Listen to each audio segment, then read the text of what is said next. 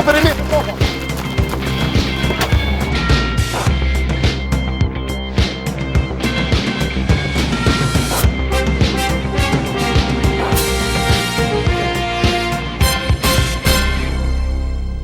Përshëndetje edhe mirë se vini në Kallëzo për një me. Këtu jemi sot në konferencën që pas 3 viteve të monitorimit të drejtave të punës prej 3 organizatave të shoqërisë civile, ATRC, BIRN e Fondacioni Jahjaga, kemi ardhur me raportin e tretë që i liston problemet e sigurisë në punë.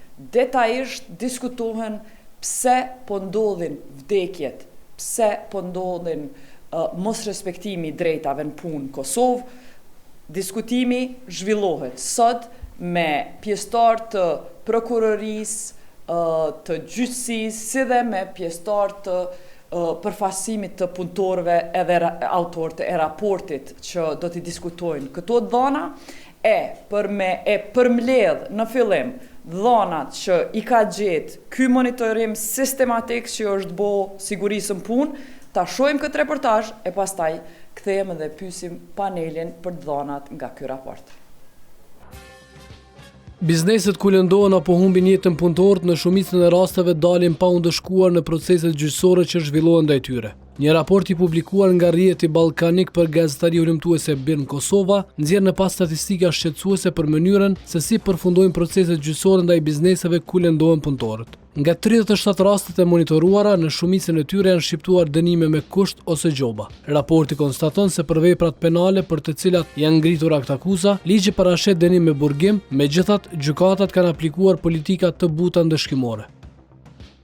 Një tjetër gjetje e rëndësishme e raportit tregon se pjesa më e madhe e rasteve janë mbyllur me marrëveshje për pranimin e fajësisë, duke u pamundësuar viktimave ose familjarëve të tyre të ushtrojnë ankesë në gjykatën e shkallës së dytë. I realizuar përmes analizës së thelluar të dosjeve gjyqësore, raporti konstaton gjithashtu se Prokuroria e Shtetit në shumicën e rasteve nuk ka ndjekur penalisht personat juridik, por vetëm individët përgjegjës. Sipas të dhënave, vetëm në 5 raste Prokuroria ka ngritur aktakuzë edhe ndaj bizneseve, ndërsa në rastet e tjera aktakuzat janë ngritur vetëm ndaj personave fizik. Nga viti 2023 deri në vitin 2026, sipas të dhënave të Inspektoratit të Punës, në Kosovë kanë humbur jetën 46 punëtorë, ndërsa janë regjistruar mbi 1700 aksidente në vendin e punës. Në hulumtimin e tij, BIRN konstaton se qindra biznese që nuk kanë respektuar rregullat e sigurisë dhe shëndetit në punë kanë shmangur përgjegjësinë penale, pasi Inspektorati i Punës nuk i ka referuar rastet e tyre në Prokurorinë e Shtetit. Analiza juridike e BIRN-it vlerëson se sipas nenit 358 të Kodit Penal të Kosovës, një biznes që nuk instalon pajisjet e nevojshme të sigurisë dhe shëndetit në punë duhet të ndiqet penalisht. Megjithatë, të dhënat institucionale tregojnë se këto raste, në shumicën dërmuese, nuk janë proceduar në prokurori, por janë trajtuar vetëm si kundërvajtje administrative, duke u mbyllur me gjoba të shqiptuara nga Inspektorati i Punës. Pas dhënave që i ndëgjum të këtij raporti, po e prezantoj panelin që merr pjesë në diskutimin për sigurinë punë. Ata janë Burim Ademi, gjyqtar në Gjykatën Supreme të Kosovës, Egzon Jakupaj, prokuror në Prokurinë Themelore të Ferizajit, Jusuf Azemi nga Sindikata e Punëtorëve në sektorin privat, edhe Kreshni Gashi, njëri prej autorëve të raportit për sigurinë punë që u lansu sot. Zotni Ademi, me fillu me juve, i pat prezentimin e dhënave të këtij raporti, edhe që ka ishte ma brengose, është që rastet 37 aktgjykime që i kanë analizu kolegët e mi, dënimet janë nën minimum ligjor, edhe janë zgjidhur kryesisht me marrëveshje. Me gjithë këto viktima që i keni, pse standardi është kaq i ulët i dënimeve? Faleminderit Jeta për mundësinë që të paraqesim edhe ne qëndrimin në raport me raportin e prezantuar nga Kreshniku. Dhe fillimisht më lejoni që realisht t'i vlerësoj gjetjet, sepse janë ato çfarë janë analizuar nga vetë puna e institucioneve të përditshme që është bërë lidhur me këtë fushë në sektorin e sundimit të ligjit. Dhe ne nuk mund ta mohojmë faktin e gjetjeve përderisa janë aktgjykimet e plotfuqishme. Dhe po ashtu, nga raporti që unë drejt për drejt shikova, është bukur shqetësuese niveli i sanksioneve të shqiptuara për këtë vepër penale, më saktësisht e inkriminuar në 358 specifikisht në fushën penale, kur janë proceduar çështjet penale në raport me cënimin gjithsesht rrezikun e sigurisë në punë, qoftë në raport me vdekjet, lëndimet e rënda apo lëndimet e lehta trupore që kanë mësuar të punësuarit. Por nga raporti, po ashtu duhet të theksohet se gjykata ka parasysh se nuk mund ta refuzoj marrëveshjen vetëm pse është marrëveshje për pranim fajësie. Por në anën tjetër gjykatës i lejohet dhe ka detyrim ligjor që të vlerësoj rrethanat për të ardhur deri te një qëllim i dënimit. Sepse nuk është qëllimi i dënimit vetëm sankcionimi specifik i veprimit konkret të pasojës së shkaktuar, por duhet të ketë parasysh edhe pasojat gjithsesi në qoftë se mundet mu risocializu kryesi i veprës penale dhe po ashtu me pas efekt preventiv në të ardhmen. Por mua më shqetëson fakti në raport diçka tjetër dhe dua ta bëj publik këtë diskutimin. Për mua nuk është shqetësuese personi përgjegjës se si është ndëshkuar. Për mua është shqetësuese se si është ndëshkuar personi juridik. Sepse ne kemi një ligj të veçantë në fuqi që sanksionet për personat juridik kur kryejnë vepra penale e që i atribuohet përgjegjësia objektivisht si pasojë e veprimit të personit përgjegjës në atë person juridik, janë bukur të larta në raport me dënimet e shqiptuara sipas aktgjykimeve. Dhe këtu unë për mendimin tim është bukur shqetësuese, por apo them se si prokuroria, madje edhe kur dakordsohet në marrëveshje për pranimin e fajësisë, por edhe si gjykata, edhe kur bën pranimin e fajësisë në mënyrë të drejtë për drejtë në shqyrtime gjyqësore, në seancat të shqyrtimit fillestar, si shqipton dënime deri në nivelin e tillë të 8.000 euro, 15.000 euro për personat juridik, përderisa vlerat e tilla të gjobave janë deri në 100.000 euro që përcaktohen në kuadër të ligjit të përgjegjësim penale të personave juridik. Dhe mos harroni, Kreshniku prezantoi që kryesisht këto vepra penale kanë ndodhur në sektorin e ndërtimit, që kryesisht sektori i ndërtimit është ekskluzivisht kategoria e personave juridik. Dhe prandaj është shqetësuese si nuk është parë kjo politikë ndëshkimore, qoftë në nivelin gjyqësor, qoftë në nivelin prokurorial, në dy paralelet që të arrihet qëllimi i dënimit, pra si tek personi përgjegjës, por edhe tek personi juridik. Ndërsa sa i përket pjesëve të rekomandimeve që janë nxjerrur në kuadër të raportit, vërtet janë të drejta dhe të qëndrueshme konstatimet e nxjerrura si rekomandime për sa i përket Këshillit Gjyqësor, përveç se nëse më lejoni që të ndihmoj në kuadër të këtij raporti dhe ta adresoni tutje çështjen, mendoj që duhet qeverisë t'i kërkohet edhe plotësim ndryshimi i ligjit për personat juridik, për arsyeën e thjeshtë se është një ligj që është i vitit 2011 dhe zhvillimet shoqërore janë shumë të avancuara dhe duhet të jetë kompatibil në mbylljen e rrethanave të situatave konkrete. Kaq për këtë pjesë, pra jam shumë koshient dhe jam i përgjegjshëm dhe duhet ta pranojmë gjendjen siç e kemi. Masi e kemi gjendjen që kemi, po edhe pe pranon edhe vetë që politika ndëshkuese nuk është që duhet me qenë. Sot a e kemi për kushtimin tonë si gjyqtari i Gjykatës Supreme, që kur kthehesh në punë, kemi u mundu edhe me shty përpara ndrimin e politikës ndëshkuese. Si gjyqtari i Gjykatës Supreme, a mundesh me bë diçka mas këtij raporti? Po. Çka kemi bë? Ne në kuadër Gjykatës Supreme e kemi një komision, sepse Gjykata Supreme nuk mund të ndërhyjë në çështjet qoftë të nivelit të gjykatës shkallës parë apo të nivelit të gjykatës shkallës dytë. Po politika mundën me bë. Vetëm ta përmbyllim mendimin, po vëzoj që jam të zhvilluar. Dhe ai komision bën mbikëqyrjen e zbatuesve të udhëzimeve që i kanë nxjerrur Gjykata Supreme dhe nxjerr raporte, të cilat shpeshherë jo domosdoshmërisht janë edhe publike, sepse shërbejnë për përmirësimin e politikës ndëshkimore. Mirë po, shpeshherë në situata të zbatimit efektiv të udhëzuesve nuk është akter vetëm gjykata.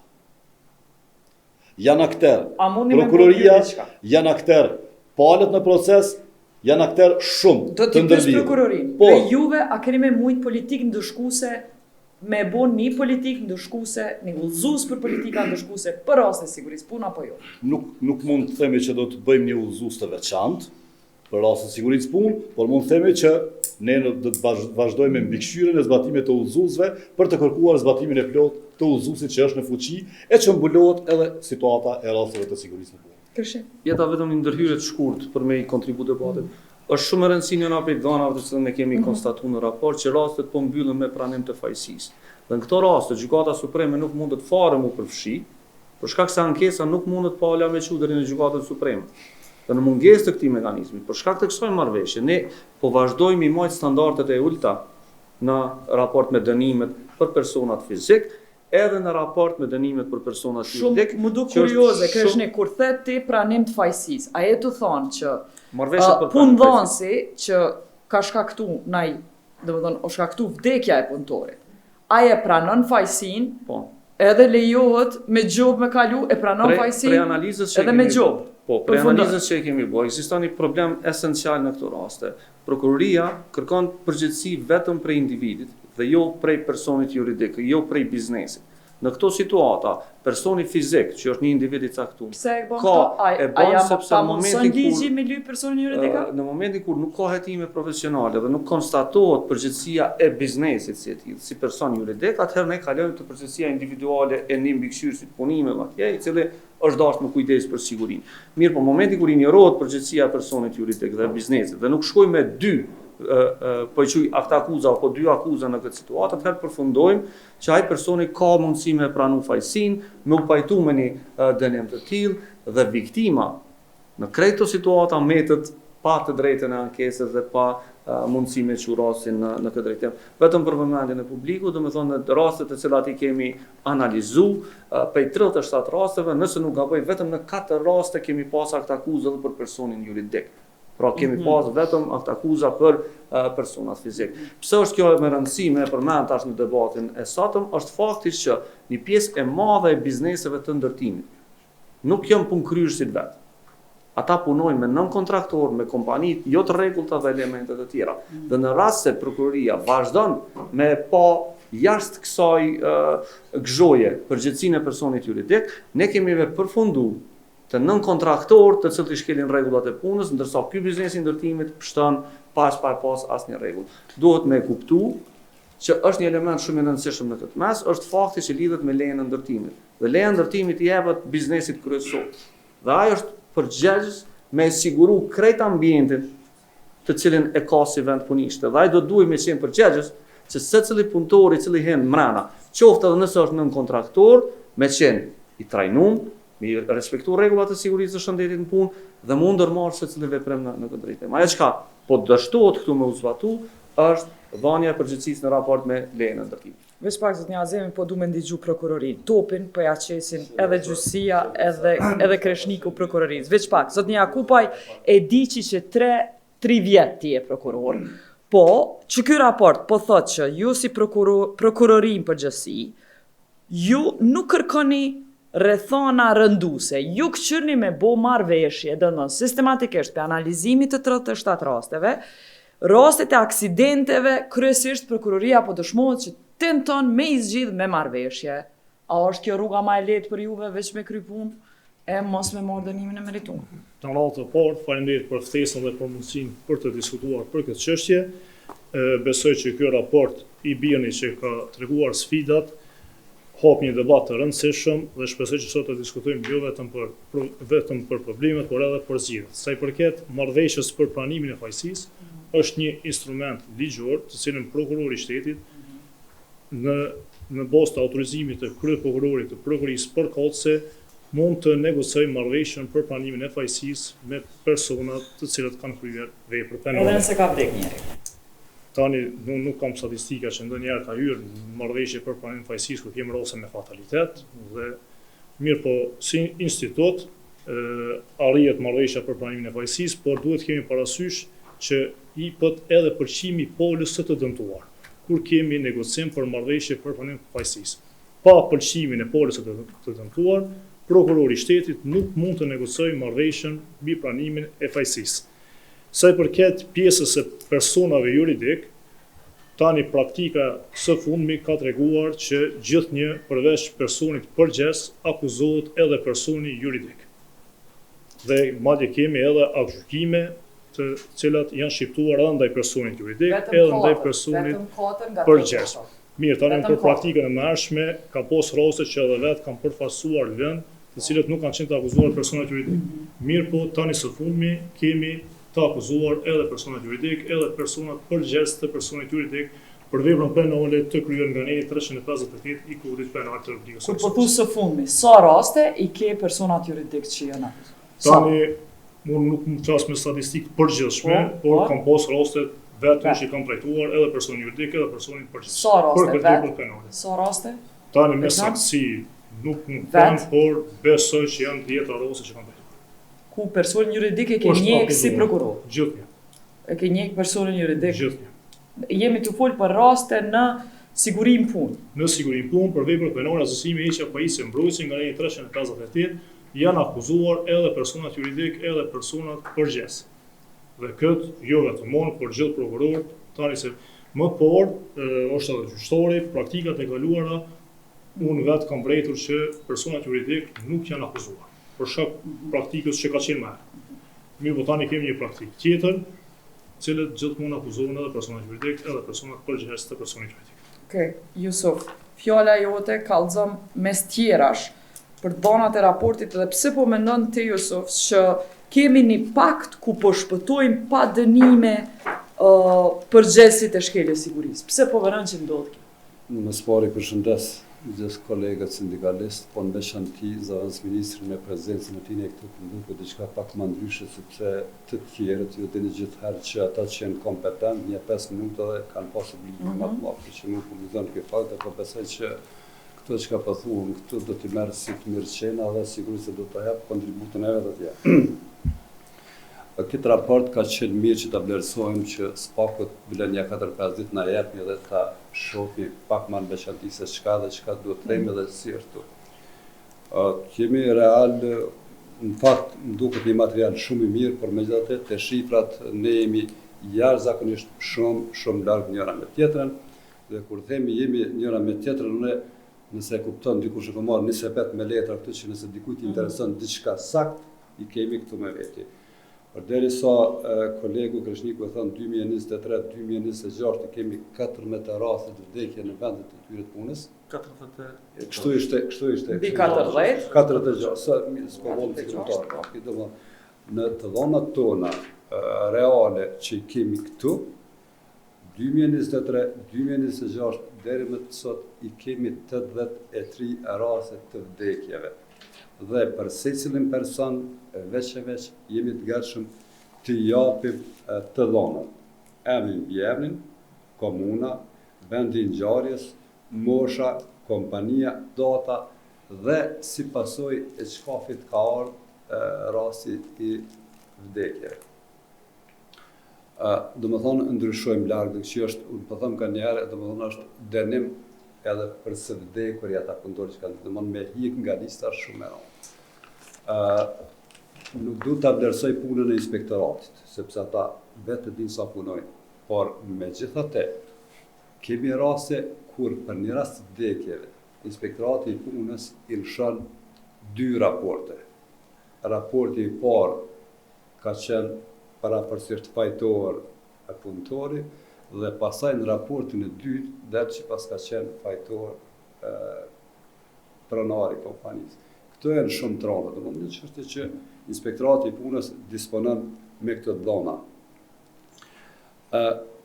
E poshtë që në materialin e kolegut tha 6 muaj det, borg është zavendësuar, a e thatë një parformë është bogabim me 1.500 euro.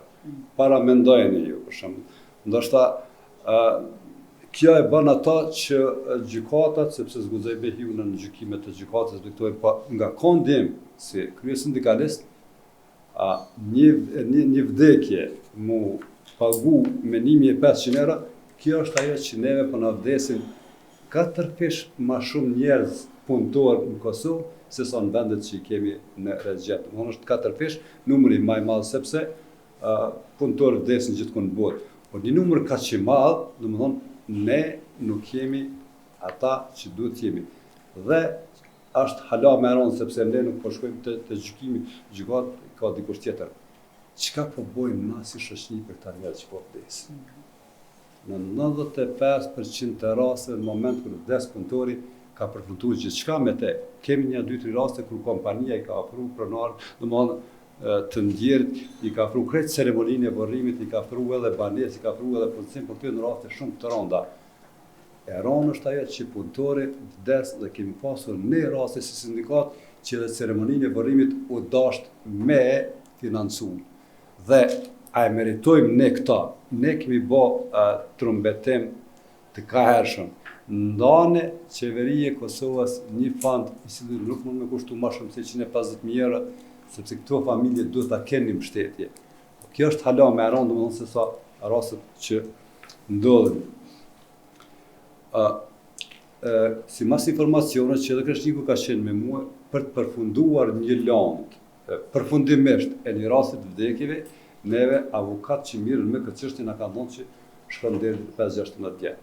Dhe drejtësia e vonuar për neve si sindikat është një farë me jo drejtësi, dhe shumë e rëndë, kështu që ne kur bisedojmë për këtë raste, faktikisht ne edhe jemi të emocionuar, sepse në raste të rënda të bisedosh për një njeri që ka dhënë maksimumin deri në momentin e vdekjes dhe pas vdekjes ne nuk jemi duke bë asgjë, për ne kjo është e rëndë. Ta lëmë gjykatën dhe të kryejmë punën e vet, por ne çka po bëjmë për ta? Ne i kemi gjitha statistikat dhe me që jemi orientuar vetëm në 2023 dhe deri në 2025, në 2023 kanë qenë 25 të vdekur, prej 25 të vdekurve 16 i kemi pasur në ndërtimtari. Që do të thotë 64% të punëtorëve kanë qenë nga ndërtimtaria. Në vitin 2024 kemi pasur fatbarësisht po themi 12 raste të vdekur, ku 50% ose 6 raste kanë ardhur nga ndërtimtaria. Në vitin 2025 32 raste të vdekjeve. 21 raste në ndërtimtari, që do të thotë jo shumica e rasteve vijnë nga ndërtimtaria. Domethënë ka raste të tilla që mu më shkoj, domethënë kolegu e tha, shifrat pse nuk janë të barabarta me inspektoratin e punës e tjera. Por derisa ne e konsiderojmë që një punëtor, edhe ashtu, bjen nga një banesë ose nga ndërtimi poshtë, lëndohet dhe ai shkon në spital dhe gjatë gjithë kësaj periudhe edhe vdes në spital, ne e konsiderojmë që ky ka ardhur si pasojë e lëndimit në punë dhe e konsiderojmë që ka vdek në vendin e punës. Por derisa tek inspektorët e kanë nëse vdes në punishmëri. Dhe kemi diçka që me të vërtet po mendoj gjoba nga inspektorati i punës. E kemi në sat styra, që s'po du ta përmend jam e të ndjerit. Një punëtor që s'ka pas moshë 18 vjeçare, ka qenë nën moshën 18 vjeçare. Një punëtor i cili ka qenë i vetmi djalë i hazretit i asaj familje, ka humbur jetën pa kontratë pune dhe a disa ka dënuar inspektorati i punës 2.000 euro. Unë e di që dënimet i merr në gjykatë, por megjithatë inspektorati i punës e ka dënuar kompaninë me 2.000 euro, pse e ka lënë fëmin me hime punën në makinë që është jashtëzakonisht e rrezikshme, e ka lënë një njeri që nuk ka pas fare kontratë pune dhe e ka lënë faktikisht një familje të shuar. A është rasti në gjykatë, Jusuf? Kështu që ne normal që është rasti në gjykatë, po sa ma thellë me hi është hala ma keq. A dini që kemi raste kur prokuroria i ka prish anëtarët e familjes në mesveti. Sepse ka shku pronari kompanisë edhe domethënë gruas të ndjerit i ka afruar një shumë jetë, ka thonë unë po t'i afroj 10.000 euro. Anëtarët e familjes e kanë pasur nuk kanë qenë dakord me gruan ose me gruan e vllat ato që ka dhënë. Dhe faktikisht ne kemi informacione të sakta që këto kanë ra dhe e kanë bën ndarjen e familjes. Ne normal që jemi shumë të zhgënjur sepse mujna me bë. Nuk kena me mujt me ndalë vdekjet në punë asnjëherë sepse nuk dalë në botë. Por mos me e pas një tretman të nderuar Në rastit të vdekjeve të një pushtetari quhen kom tonë me institucione, me shoqëri, me krejtë financojnë dhe bojnë alamet mjete, neve na duhet me folë për çdo javë ditë. O ndaj një buxhet 150.000 euro sepse ka nevojë këta njerëz. Bile spakut mos ta kenë ceremoninë e varrimit të lashe. Por pse nuk po e bojmë këta? Kjo është e rëndë, po mendoj edhe për sindikat, sepse mos harrojmë në asnjë rast sepse ne normal që duhet ta flasim. Kur nuk mendojmë që larg qoftë një ministër ose një kryeministër nuk ndihet keq kur vdes një punëtor. Ne e kuptojmë që ndihet shumë keq, ama për ta ndier atë keq duhet ta kryejë rolin e vet. Faleminderit. Krishnik, një organ që se kemi këtu e që po përmenet, edhe në raportandin, edhe prej tjerëve dhe Jusufit, është inspektorati.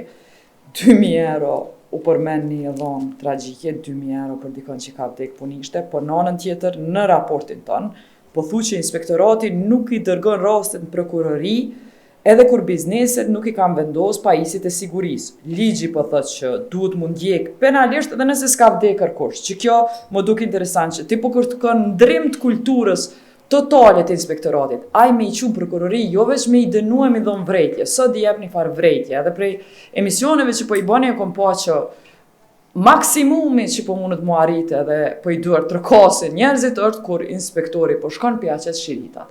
Kur s'po shkon prokurori nëse si ka vnu mjetet e sigurisë. Po qysh menon që ndrohet që kjo qasje, që kjo kulturë, që pi fillimit mutut ata që shkojnë prokurori pa vdek kërkush? Ajo që ka konstaton raporti është një kulturë që për vlerësimin tonë është e gabume, është një interpretim i gabum i nenit të kodit penal për çështjen e sigurisë së shëndetit në punë, dhe momentalisht qasja e inspektoratit punës është që prokuria do të ftohet vetëm në rastet kur ka lëndem dhe kur ka vdekje në punë. Nuk do të ftohet prokuria në momentet kur inspektori konstaton që vend punishta është e rrezikshme, ku pajisjet e cilat i zhdash sipas udhëzimeve, qoftë të lejes së ndërtimit, qoftë të rregullave të sigurisë së shëndetit punë me qenë të instalume, dhe punëdhënësi qëllimshëm nuk i ka instaluar ato për me përfitu qoftë përfitime materiale dhe elemente të tjera, prokuria nuk ftohet fare. Pra nuk thirret, inspektori nuk e ka obligim procedural me marrë telefonin, me thirr prokurorin kujdestar, me i tregu që është në një vend punishte ku ka gjetë shkelje serioze të cilat sipas këtij neni duhet me u ndjek prej Nëse o të ndëgju ty një inspektor, a menon ti që kur inspektori e thirr prokurorin edhe i thot nuk i ka këto standarde, a reagon prokurori, a i thot që kam ki thirr? Tash, ajo që kemi kuptu prej bisedave, intervistave të thella, po dhe praktikës së deri taneshme, është që në prokurorinë e shtetit ka një qasje që mos vendosja e pajisjeve të sigurisë dhe shëndetit në punë, mos zbatimi i rregullave, nuk është vepër penale në rast se nuk ka lëndim. Po, e pse me thira inspektor pra? Boni zonë të rrezikshme, ku mujnë njerëzit mu lëndu, mirë po, ajo nuk do të bëhet vepër penale deri në momentin kur nuk ka lëndim.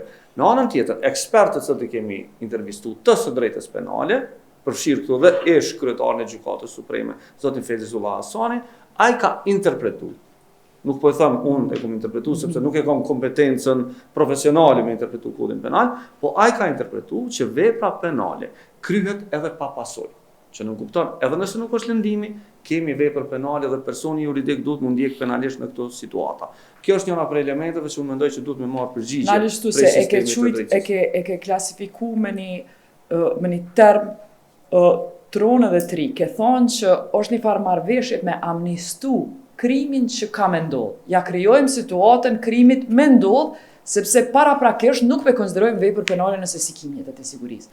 E ke qujtë amnestit krim. Leximin tim të kodit penal, në secilin rast ku inspektoriati konstaton që veprat, domethënë pajisjet mbrojtëse nuk janë instaluar siç duhet, është vend punishte e rrezikshme, kjo nuk ish dashur me kalu vetëm me çop administrative, po duhet me pas një hetim penal i cili neve na nxjerr edhe qëllimin pse këto elemente nuk janë nxjerr dhe shumë çështje të tjera. E dyta jeta që po duam me ngrit këtu dhe që është për mua po ashtu shumë alarmante, me zotin Jusufi është hera e disat që diskutojmë për shifrat e aksidenteve në punë dhe numrin e viktimave.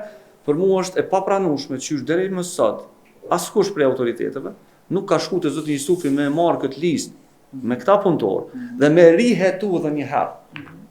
Për shkak se nuk është pretendim i vogël që 39 punëtorë të tjerë të cilët nuk janë në regjistrat e shtetit, kanë vdek në aksidentën punë, dhe kërkush nuk është tu hetu. Kanë vdek mas para krejt çdo gjë. Zoti Jusufi po thotë që i ka të dhënat, dhe në vlerësimin tim, Inspektoriati i Punës, po dhe Prokuria e Shtetit duhet me autorizu një hetim rast për rast të këtyre rasteve dhe me u konstatu nëse këto vdekje kanë ndodhur në punë, në vendet e punës dhe lidhen, dhe kjo dilemë duhet me u sqaru, sepse është një dilemë ngritur në publik për disa herë dhe askur deri më sot nuk është të sfidu në aspektin procedural këtë dhënë. Zoti Ademi, po du me të pyet për që dhënë Feyzullah Hasani që e ka thënë që duhet mu klasifiku si vepër penale edhe pa vdek kërkush mos mbrojtja në punë. Çka mendon ti si gjykatës? Faleminderit Jeta. Ajo është e saktë çfarë ka thonë ish kryetari i Gjykatës Supreme, sepse paragrafi 1 përcakton rrezik abstrakt. Nuk kërkon asnjë pasojë konkrete, specifike për të përmbushur elemente asaj vepre penale. Brenda nenit 358. Rrjedhimisht, madje në kontekst të kësaj që përshton Kreshniku, unë mendoj që fare inspektorati s'ka nevojë që ta thret prokurorin. Mjafton që të konstatojë në procedurë verbal gjendjen dhe automatikisht përveç gjobës njëkohësisht ta dërgoj kallëzimin penal për shkak të konsumimit të veprës penale nga 358 paragrafi 1, për shkak të mosvendosjes së rregullave dhe kushteve sipas ligjit për siguri dhe shëndet në punë. Pastaj se a do t'i ketë mbar, sepse ndëgjova dhe këtë çështje që e paraqiti Kreshniku, a do t'i ketë mbar investitori detyrimet e tilla, a do t'i ketë mbar nën kontraktori, këto janë çështje që rregullohen brenda raportit kontraktual të tyre dhe dispozitave ligjore që janë në fuqi për ligjin për mbrojtje në siguri dhe shëndet në punë. Sepse ato kemi për detyrim që të angazhojë edhe personin përgjegjës për siguri dhe shëndet në punë, i cili konstaton në çdo ditë në vend punishte, cilat janë veprimet që duhet ndërmarr dhe çfarë duhet ndërmerr personi përgjegjës i kompanisë, qoftë ndërtuese, nëse s'ia ka bërë detyrimet, kompania investuese, ndërtuesit, të ca konstatoj saktësisht se cilat janë veprimet që duhet ndërmarr për të eliminuar një rrezik konkret në raport me punëtorët që për ditëshmërinë e tyre punojnë ato.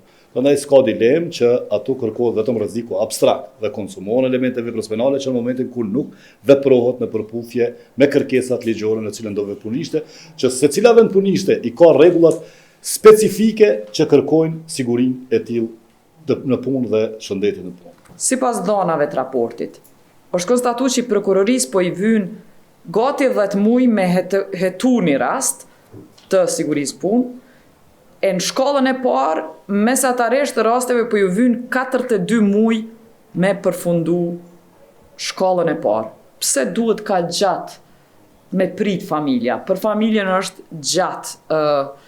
A ka shansa me zhvoglu procesi hetimeve?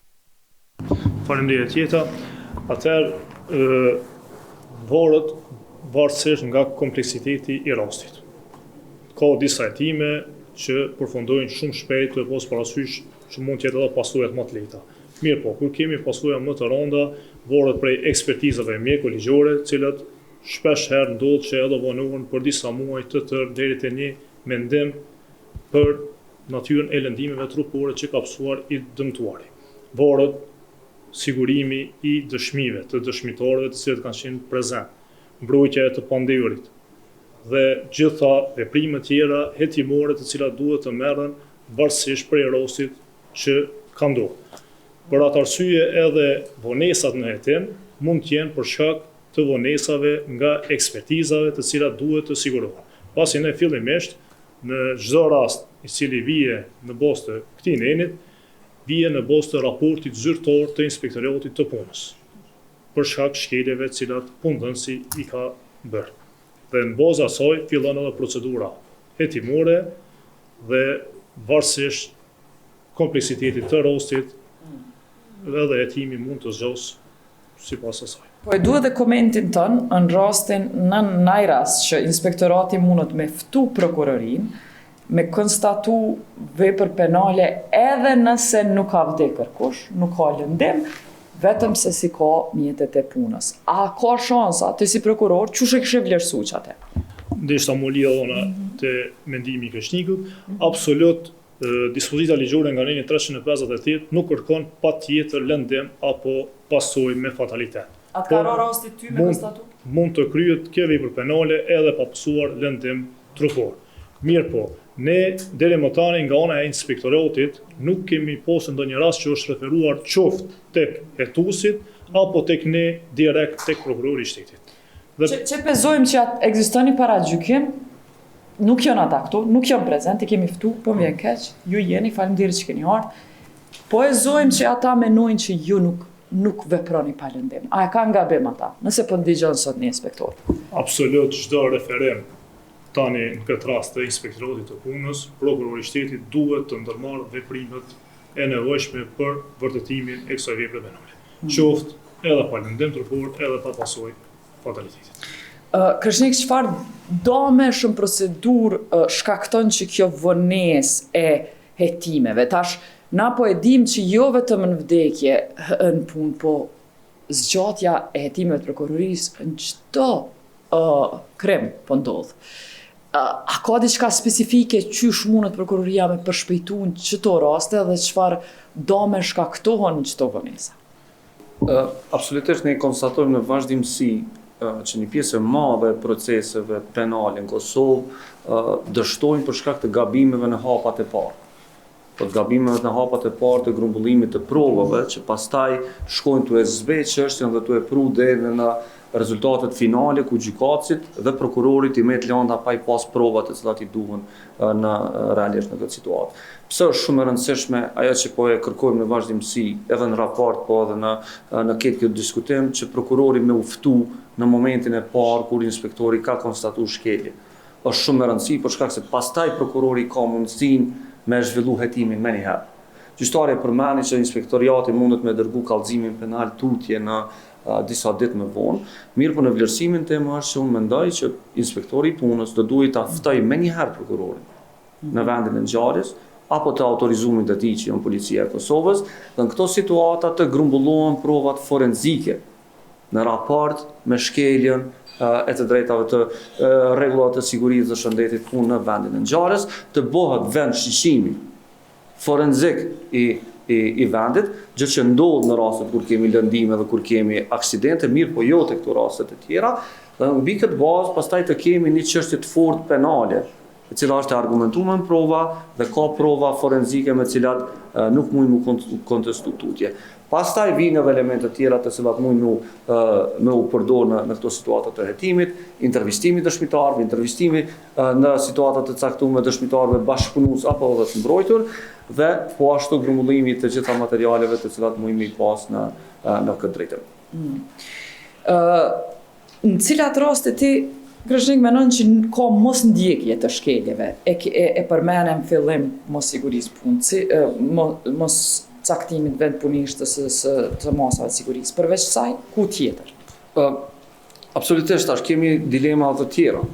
Puna pa kontrata, puna pa i zbatuar rregullat bazike të trajnimeve të personave dhe elemente të tilla. Pra, ajo që e kemi konstatuar në raportet e kaluara ka qenë numër shumë i madh i njerëzve pa kontrata të punës, që ka nis me u adresu tash për shkak të kisha me thonë një gjë shumë thjesht, një aplikacioni online të cilën e ka lansuar administrata tatimore e Kosovës, ku secili punëtor mundet me vi me pa a është i regjistruar apo jo, a janë të i pagu tatimet, dhe kjo ka ndihmuar shumë në këtë drejtim në këtë punë.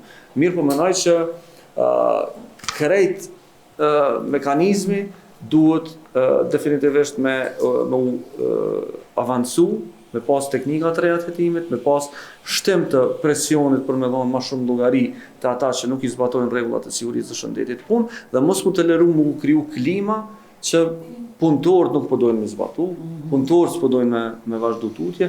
Realisht, ne duhet me pas parasysh që edhe anën tjetër, mbrojtjen e biznesit në raport prej asaj që u tha më herët, kur punëtori nuk donë me i zbatu masat e sigurisë së shëndetit në punë, edhe ai duhet me kuptu që ka obligime kontraktuale, mirë po këto obligime nuk mundet me i marrë në rast se nuk është i trajnuar, nuk i ka pas udhëzimet e sakta në momentin kur e ka marrë vendin e tij të punës. Shifrat për ambientin e Kosovës janë të larta, janë alarmante. Ne nuk jena të ndërtu 100 katëshe, 80 katëshe, nuk jena të ndërtu tunelet e viteve 20 apo viteve 1800, të cilat janë bërë me mjete shumë jo moderne, jemi të ndërtu në shekullin 21 dhe kjo nuk ishtë dashur të toleru. Mirë po ajo që nuk duhet mu harru, është që sektori i ndërtimit fiton shumë, për shkak se nuk i zbaton rregullat e sigurisë dhe shëndetit në punë. Fiton shumë për shkak se vendosja e skelave në një objekt 20 katësh dhe mbajtja e skelave aty për vite me radhë është kosto shumë e madhe. Dhe shumë ma lehtë me ndërtu pa skela, është shumë ma lirë me ndërtu pa mjetë të tilla, është shumë ma lirë me ndërtu pa i vendos mekanizmat e betonit që i quajmë pilota, është shumë ma lirë për së në objekt, një analizë që e kemi bë kostoja minimale e vendosjes së pilotave ku shkon prej 300 deri në 400.000 euro, dhe në rast se ata nuk vendosen, ka një rrezik që na i punëtor mu lëndu apo me vdek, mirë po për biznesmenin, llogaria është e thjeshtë. Nëse dënohesh 15.000 euro, po i pështon 300.000 se si ke vendos pilotat, besoj që për logjikën e biznesit është okej. Nonën tjetër, shqiptari po pagun metrin katror këgja shtrejt në Kosovë. Kjo nuk duhet me qenë logjika e shtetit. Kjo nuk duhet me qenë logjika të cilën shteti duhet me toleru, kjo nuk duhet me qenë logjika të cilën inspektori i ndërtimit duhet me toleru, dhe kur shkon në atë vend punishtë dhe e sheh që nuk janë zbatu rregullat e sigurisë dhe shëndetit në punë, menjëherë me mbyll to. Shumë më e rëndësishme. E mas ne i dalim ka dalë. Çka me bë kur dalin protesta punëtor na lat pa buk? Jo, nuk dalin punëtor në protesta në latë pa buk, punëtor po dalin protesta për shkak se nuk po dojnë me punu në vendet pasigurta. Ajo që ka konstatojmë po ashtu, që është për neve hala ma shqetësuese, është që edhe vendet ku institucionet publike ndërtojnë, janë të pasigurta. Kur ndërtohen ura, kur ndërtohen rrugë, kur ndërtohen kanalizime, hapësirat janë të pasigurta, nuk janë sipas standardeve. Dhe na kemi vdekje në javën e kalume ku personi për shkak se mungon sinjalistika në rrugë, është zhyt në një vend ku është të ndërtu një urë. Me pare të shtetit. Me pare të shtetit. Vendet ku i kemi marrë jo rastësisht në disa situata shembuj investimet e Bashkimit Evropian. Për shkak se Bashkimi Evropian kur të qet llogon, kërkon zbatim strikt.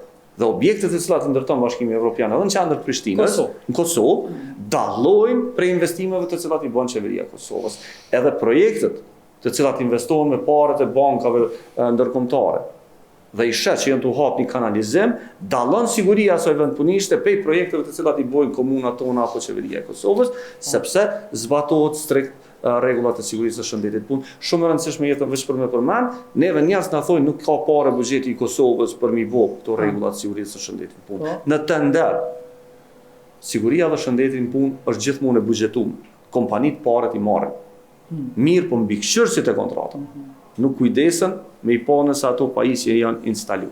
Secila ndërtesë e cila zhvillohet me parat e shtetit duhet me pas planin për siguri dhe shëndet në punë, në letër e kanë, po nuk zbatohet në praktikë. Mirë, une jemi në fund të debatit, ju falenderoj që tu e ditë sa keni me qenë shënjesër, ju keni ardhur, me të vërtet. Gjyqtare, prokuror, faleminderit që jeni prezente, nuk më shefën i mrapa seneve trona, edhe që jep një mendimin e ju. Jusuf punë të atashme bën në evidentimin e rasteve, pas indikatën tonë dhe kishim ditë sot shumë ma pak, edhe kishim mujtë shumë ma pak me sfidu krejt sistemin e sigurisë.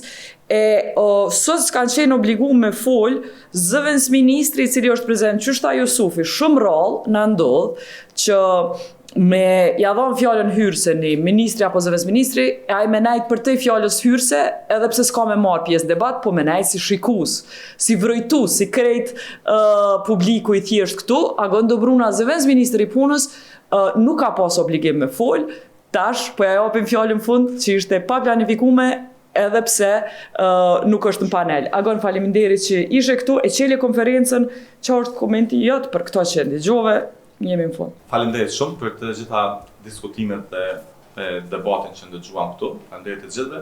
Vetëm desh tani sqarim të shkurt në rastin e mbylljes për inspektoratin e punës është fjala, në rastin e mbylljes së punishtes, vendosjen e shritave në punën e tyre të zakonshme, në momentin kur është vendim administrativ i inspektoratit të punës dhe inspektorëve të punës, në momentin kur nuk zbatohet vendimi, atëherë njoftohet policia dhe vjedhimisht edhe prokuroria.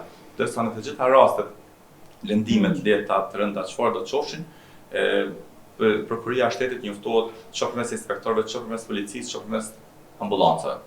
Kështu që këtë desh ta më sqaruar rastet e ndërlidhjes me të inspektoratit me prokurinë, adresimin e çështjeve. E çmoj komentin tënë, faleminderit edhe e çmoj faktin që Ministria e Punës ka insistu na me vazhdu projektin e nënshkruar, marrëveshjen e nënshkruar me Inspektoratin e Punës, i cili na lejon me kamerat tona me shku në inspektim të vend punishteve, edhe pse ata janë sot këtu të përfaqësuar, nuk është mujt me ndodh që kjo. Kërshnik qushe vlerëson në fund qushe vlerëson vazhdimin e punës me Inspektorat Punës, me gjyqësi, me prokurori.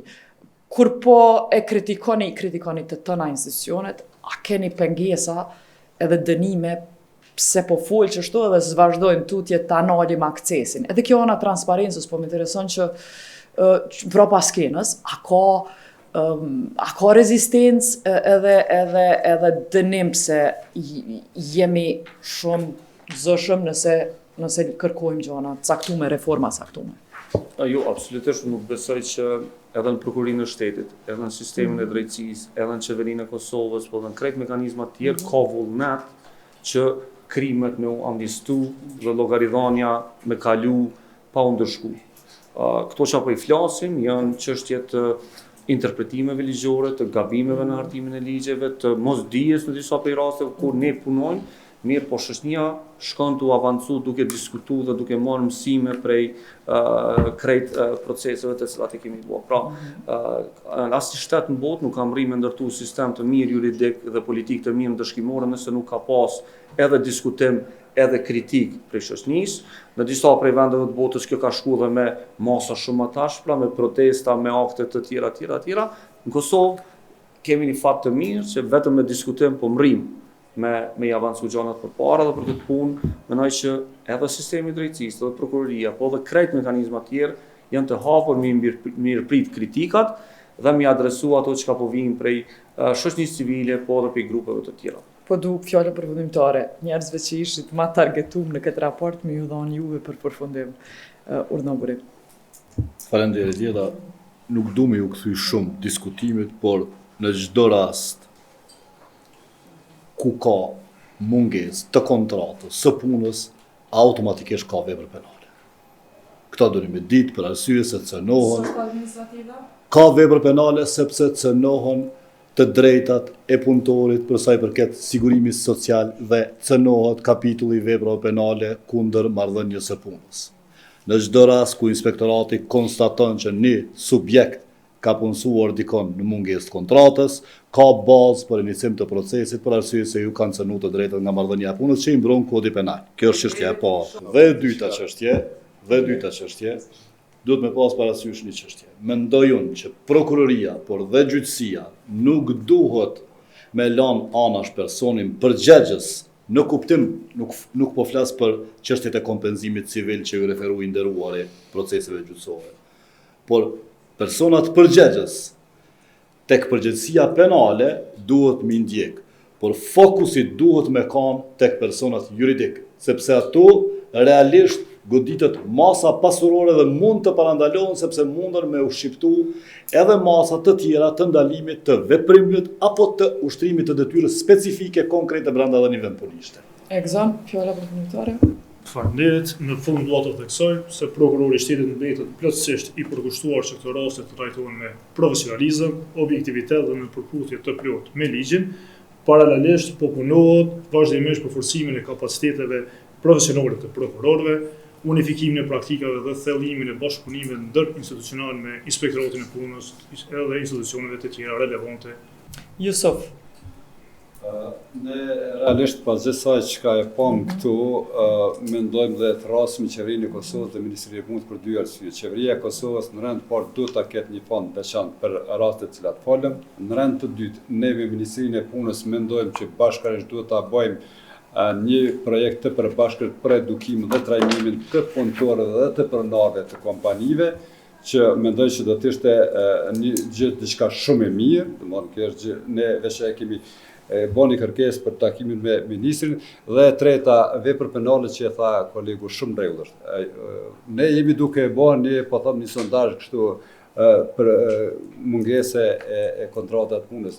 33% i ka dalë bankës botnore që nuk kanë kontrata pune, ne diku na ka dalë një 42% deri tash, sepse dhe mund që jemi do ta bëjmë po themi një vizitë për shumë kompani dhe çka me bëmë që 33%-shin, këtu duhet të kemi një vigjilencë, kuptojeni ju që po shohim shumë sene, shumë gjona, po të vetëm nuk mundna me bë asgjë. Faleminderit, po ja rikujtoj të gjithëve që ne në këtë konferencë, ku patëm më shumë kohë se që kemi këtë debat, diskutum edhe për mungesën e sigurisë në punë për gratë, të cilat për shkak të pushimit të lehonisë, për shkak orareve të gjatuna, punëve që janë po ashtu vikendeve dhe jashtë orarit, nuk po mujnë me pas kontratë të sigurt. Do me thonë, edhe pse urgjenca në vdekje, sigurin punë, normal që në këtë debat u koncentru në vdekjet edhe lëndimet që ndodhin, u diskutu edhe për sigurin punë, mungesën edhe në aspekte tjera të cilat ndonjëherë janë më të heshtura se nuk përfundojmë fatalitetit që i ndigjojmë lajme. U diskutu edhe ajo çështje dhe i falenderoj gjithë që i morën pjesë, edhe sidomos autorë që i kanë konstatu këto shkelje, edhe vazhdimisht do të i monitorojmë. I ftoj punëtorët, sidomos që janë pa kontrata, që është ta gjykatësi, të lajmërojnë në kallzo.com, ne pastaj do ta mobilizojmë edhe inspektoratin e punës, edhe prokurorinë e gjyqësinë, do të ndihmojmë me ushty këto çështje përpara në mënyrë anonime. Mund të na shkruani në info@kallzo.com në formë anonime, edhe të ngrisim këto çështje, ta bëjmë Kosovën vend më të përballueshëm me jetu në liri. Faleminderit të gjithëve, mirupafshim deri në emisionin e radhës.